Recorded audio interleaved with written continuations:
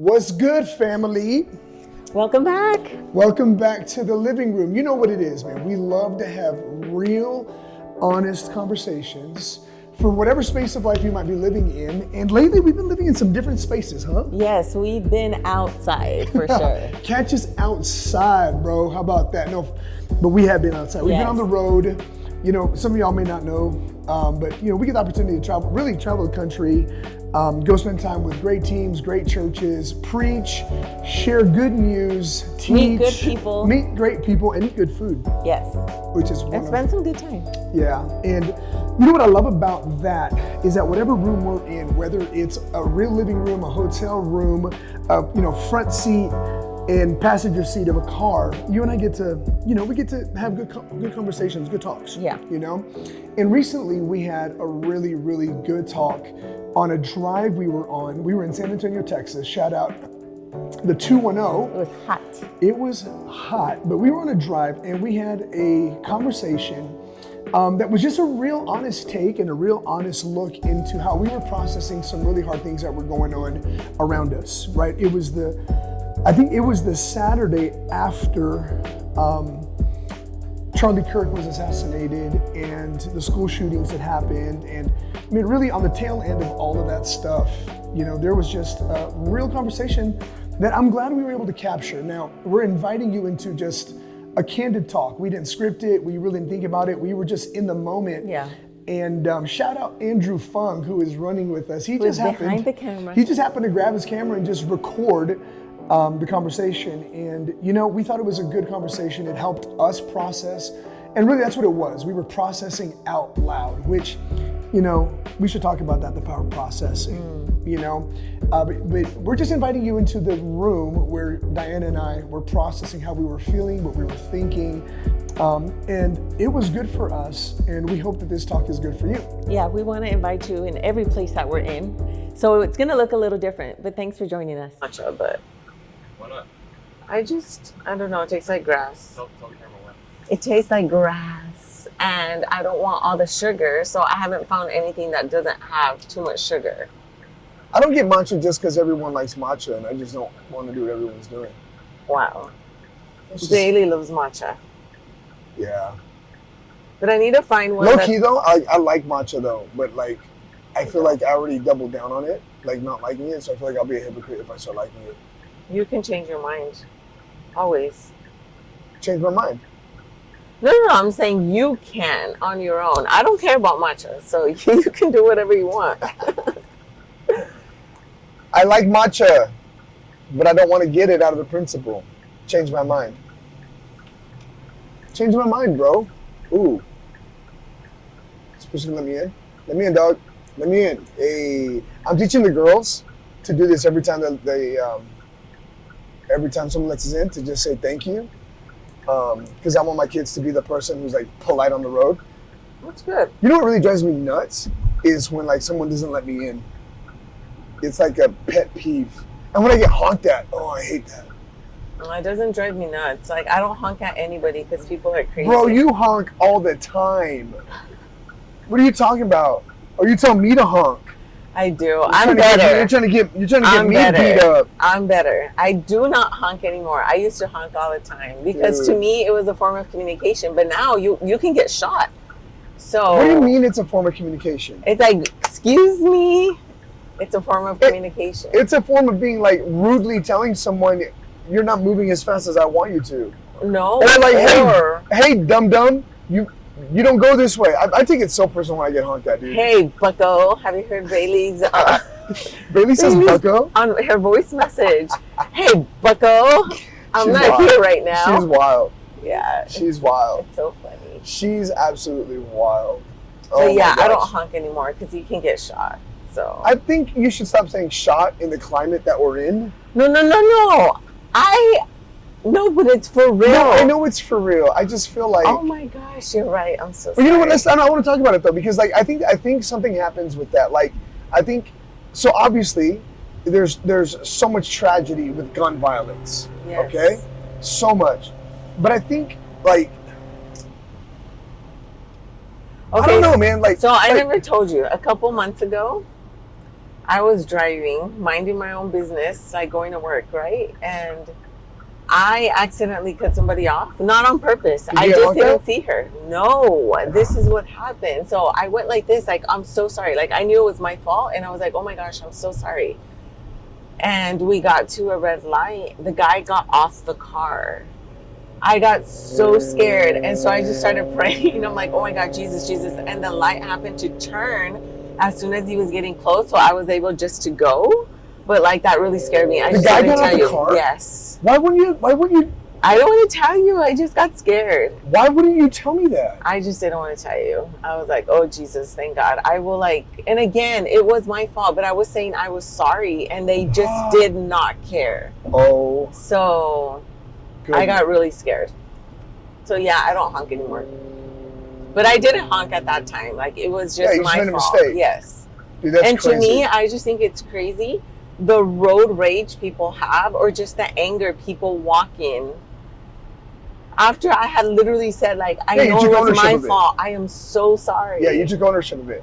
No, what it It's is, wild. and this is what I was gonna say is like, I think there's like just this oversensitivity Yeah. and this hyper emotion with people. Yeah, people Right, walk like, around angry. They just there's this overreaction, right? And so even like with me right now saying like, hey, like maybe you shouldn't talk about like you could get shot when that's the truth. It is the truth. But because like we're literally at the end of a week where there was just unimaginable gun violence. yeah. I think what happens is even for me, right, where it's like, oh my gosh, I'm overly sensitive, and I'm like, oh, can I even say get shot? Right. Is that politically incorrect? If I post this video and I say you could get shot, am I going to get canceled? Am I going to have people in my comments saying like, oh my gosh, well you're so insensitive, blah blah blah blah blah? And I just think that's the issue, man. Like people are just so overly emotional and overly sensitive. That's not to say like, I mean, obviously, like any kind of violence and any type of tragedy that way is, yes, hurtful. But I just think like, man, we're so driven by like this emotional appeal. Yeah. Like, I don't think you should be talking about gun violence right now because it's too soon. But at the same time, like, but I'm speaking a fact. Yeah. Like you honk at the wrong person. And you don't know what's going to happen. Something could go really bad really fast. Yeah. But I do think there's this thing where like people, like we just don't govern our emotions well. I think even like the reactions to this week, right? Like whether it be school gun violence or what happened with Charlie Kirk. Yeah. Gun violence, period. Yeah. Well, what I'm saying is like this real. Man, I'm even as I'm saying this, man, I'm trying to be careful to not call it over emotional because that could really upset some people. And I'm not saying it, like to minimize anyone's experience, right? But it really is like this thing where like, man, I'm driven by this unbridled emotion. Yeah. Do you know what I mean? I think that's like, yeah, it's created like, even like, as I'm watching like comments and I'm watching social, like I'm careful to even say anything about it or like what I like because people can see what you like. And I've gotten like some comments like, why would you like that? Or why would you repost it? Yeah. And it's become so divisive. Yeah, I agree. I mean, it's really unfortunate that people really lead their lives with their emotion and not giving people any benefit of the doubt or any type of, hey, you like this, can you tell me why? Help me understand. Can you give me, maybe some time of like why you would say this or why you would like this? I just think that's very unfortunate. People arrive at their own conclusions as facts. Yeah, no, I agree. And it's, you're polarizing people in that manner. And you've already made up in your head, oh, because they said this is who they are. Yeah. Giving them no shot. Yeah, no, I absolutely understand. And then any type of differing perspective is not different, it's disagreement. Yeah. Right? And therefore you're on the wrong side. Or it's like fighting. Well, I mean, obviously, I said something that's totally obvious. Differing and disagree is the same thing, right? Yeah. But now it's like we're rivals. Yeah. Right? We can't have like a dialogue. A dialogue. Yeah, I heard a guy say, his name is Gabe Lyons. He said the end of critical thinking and the end of dialogue is the end of civilization. I agree. You know, it's really unfortunate, like how much wrath is happening. The scripture says that the wrath of man does not bring about the righteousness of God. And like, I remember you sharing this with me, that the wrath of man, or like the word wrath simply means like your low functioning or your lower order functions, right? Like, so like greed, rage, jealousy. Yeah, your primal instincts. Right. That doesn't bring about like God's best for you. And I think the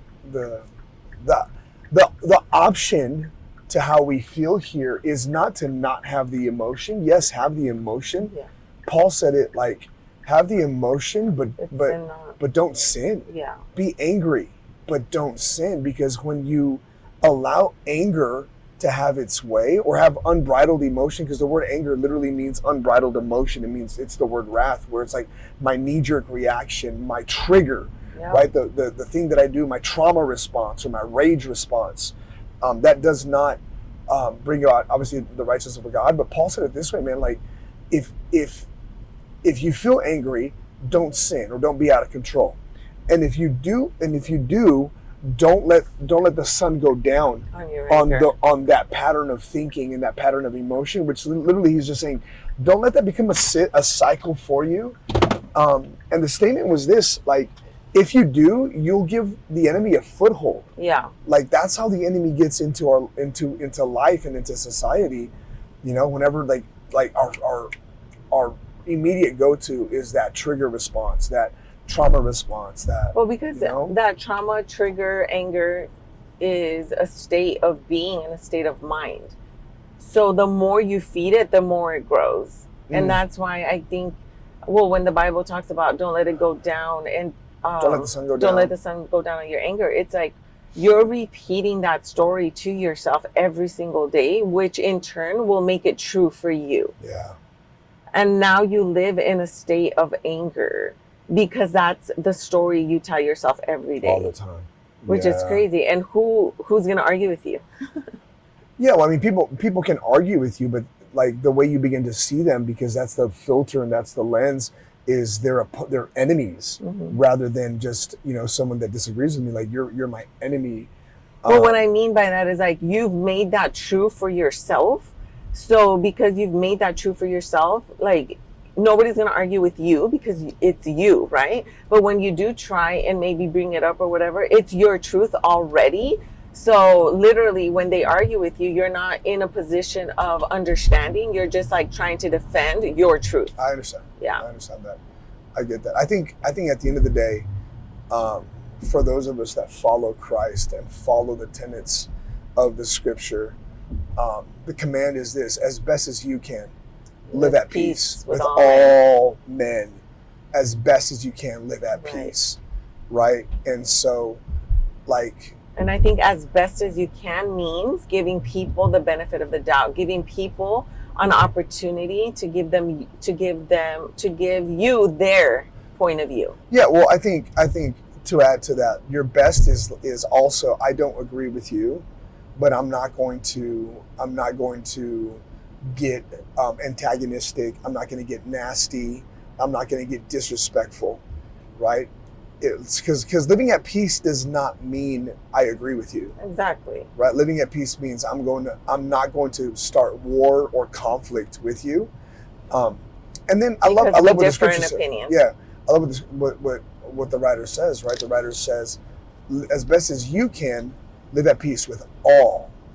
Right? And I think what happens is, when you're in that mindset of rage and anger, and really it is a justified disrespect, a justified dishonor, a justified uncourteous and impolite way to treat people.